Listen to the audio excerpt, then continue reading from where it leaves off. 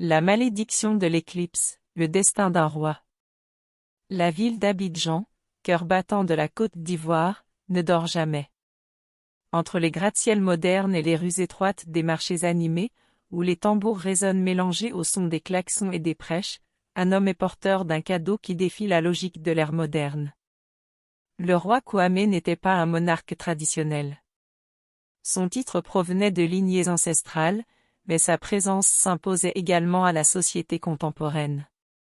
Homme d'affaires influent et chef spirituel, il navigue entre deux mondes, celui des puissants qui dirigent les affaires et celui de l'invisible, où les voix des anciens rois et des dieux ancestraux murmurent des secrets que personne d'autre ne peut entendre. Cette nuit-là, il se passe quelque chose d'étrange. Au sommet de son luxueux immeuble, où il entretient un sanctuaire ancestral, Kwame sans l'air changé. Les lumières de la ville scintillaient comme si un être invisible les traversait.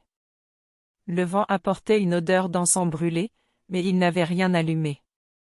Ses yeux se fermèrent par instinct, et son esprit fut entraîné dans un lieu qui n'appartenait pas à la réalité. Lorsqu'il les rouvrit, il n'était plus sur la terrasse. Elle était en plein désert, devant une silhouette dorée et aveuglante. Une voix profonde et puissante retentit. L'heure est venue, enfant des esprits. Ton destin est scellé. Tu as jusqu'à la prochaine éclipse pour décider de l'avenir de ton peuple. Puis tout disparut. Kwame se réveille en sueur, le cœur battant la chamade. L'horloge a sonné 3h33 et Kwame est toujours sur la terrasse de son immeuble, respirant profondément pour contrôler son rythme cardiaque. Que signifie ce message? L'éclipse allait avoir lieu dans quelques jours, et il sentait que le destin de quelque chose de bien plus grand que lui était en jeu. Le lendemain matin, Kwame appelle Jamila, une historienne et chercheuse spirituelle qui travaille avec lui depuis des années. Jamila, j'ai besoin que tu trouves tout ce que tu peux sur les éclipses et les prophéties liées aux anciens rois de Côte d'Ivoire. Elle fronce les sourcils et ajuste ses lunettes. Une raison particulière, Votre Majesté? Il hésite un instant avant de répondre. J'ai eu une vision. Quelque chose est sur le point de se produire. La révélation du secret ancestral. Pendant que Jamila faisait des recherches, Kwame décida de se rendre au temple de Bassam, un ancien sanctuaire spirituel caché à la périphérie de la ville. Il est le seul descendant vivant de la lignée royale à connaître encore l'endroit. À son arrivée, il est accueilli par le vieux gardien Baba Suleiman, un homme de plus de 90 ans dont les yeux semblent traverser le temps. Tu l'as vu, n'est-ce pas? Dit Baba avant que Kwame ne puisse dire quoi que ce soit. Le roi acquiesce. L'éclipse, l'esprit d'or. Qu'est-ce que cela signifie? Le vieil homme respire profondément et prend un livre en cuir usé sur l'étagère. Il y a des siècles, un roi doté de veaux a été mis à l'épreuve par le monde des esprits. On dit qu'il a dû choisir entre sauver son peuple et garder son âme intacte. Et quel a été son choix? Demanda Kwame. Baba resta longtemps silencieux avant de répondre. Il a mal choisi. Un frisson parcourt l'échine de Kwame. Pendant ce temps, dans les coulisses du pouvoir, certains hommes d'affaires et politiciens corrompus surveillent Kwame de près. Son charisme et son influence spirituelle constituent une menace pour ceux qui profitent de la corruption. L'homme d'affaires Gédéon Traoré, à la tête d'une puissante organisation, parlait au téléphone dans son bureau sombre. Si ce roi moderne veut jouer avec les forces anciennes, voyons si les esprits le protègent de ce qui va arriver. Il était loin de se douter que les véritables ennemis de Kwame n'étaient pas seulement humains. Kwame sentait une étrange énergie dans l'air. Il est agité, comme si chaque ombre de la ville cachait des yeux invisibles qui l'observaient. Pendant ce temps, Jamila découvrait quelque chose de choquant.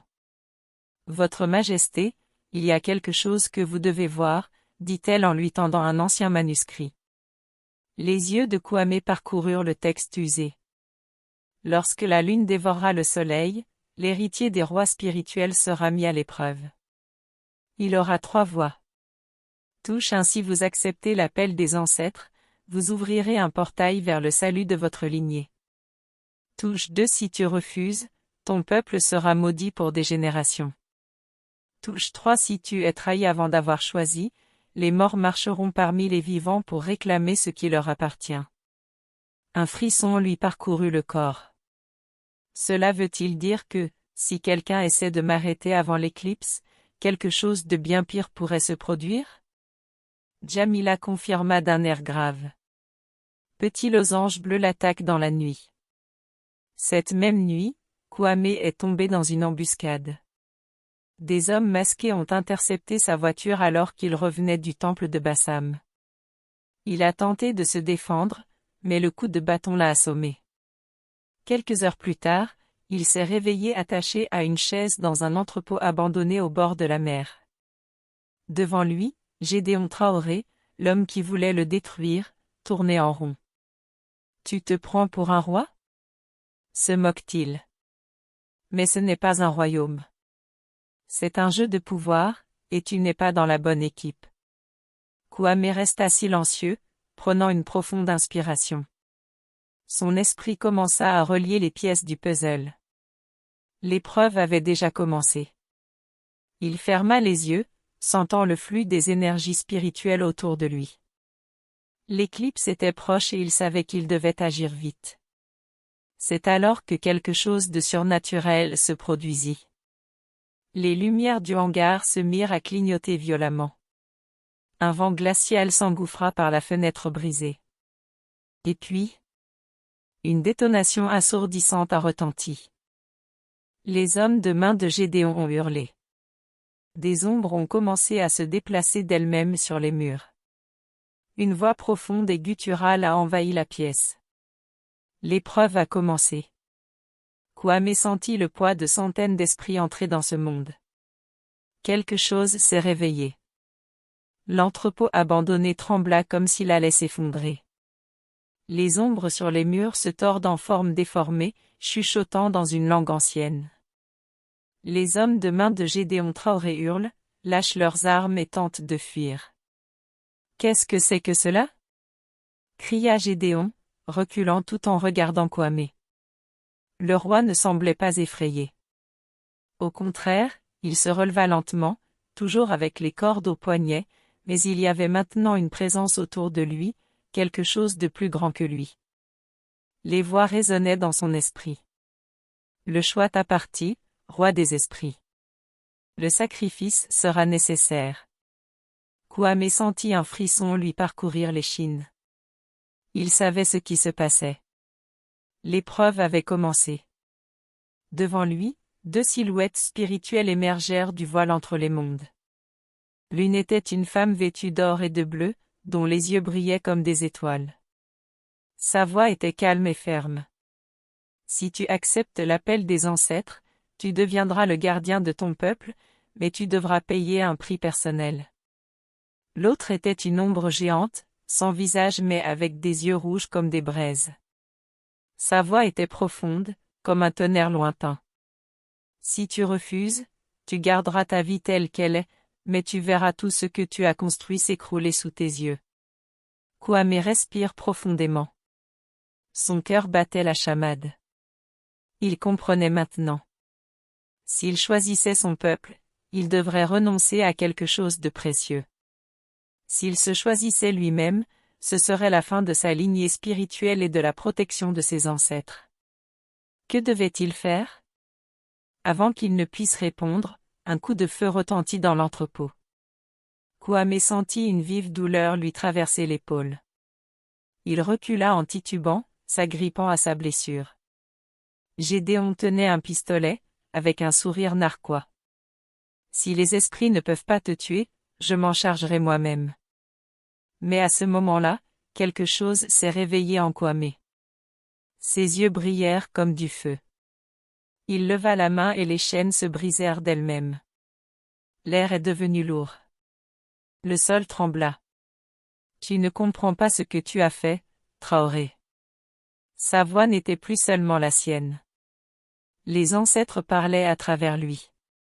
Un vent violent a balayé l'endroit, éteignant les lumières. Et dans l'obscurité, Gédéon entendit des murmures venant de toutes parts. Il a essayé de courir. Mais c'était trop tard. L'entrepôt était plongé dans l'obscurité. Le sol tremblait comme si la terre elle-même rejetait la présence de Gédéon Traoré. Non. Ce qui se passe? Il cria, essayant de courir, mais les ombres le tirèrent en arrière. Kwame sentait la puissance de ses ancêtres couler dans ses veines. Son corps n'était plus seulement le sien. Il avait été choisi. Tu voulais jouer avec des forces qui dépassaient ton entendement, Gédéon, sa voix sonnait plus grave, mêlée aux voix des esprits. Maintenant, vous allez faire face au jugement de ceux qui nous ont précédés. Traoré tomba à genoux, implorant la clémence. Mais les esprits n'en montraient aucune pitié. Une forte rafale de vent balaya le hangar, et lorsque la poussière retomba, Gédéon avait disparu. Les quelques hommes de main restants s'enfuirent, désespérés. Kwame resta silencieux, observant le vide où se trouvait son ennemi. Les ombres ont commencé à se dissiper. L'éclipse était déjà passée et avec elle, le destin était scellé. La silhouette dorée, la même que celle de sa vision, apparut à nouveau devant lui. Vous avez fait votre choix, roi. Le cycle est terminé. Kwame n'a pas demandé ce que cela signifiait. Il le savait déjà. À partir de ce jour, il ne serait plus seulement un leader. Il serait le pont entre les vivants et les morts. Son nom serait rappelé non seulement dans les livres d'histoire, mais aussi dans les chants des esprits. La Côte d'Ivoire a retrouvé son roi spirituel. Et cette fois, personne n'oserait le défier.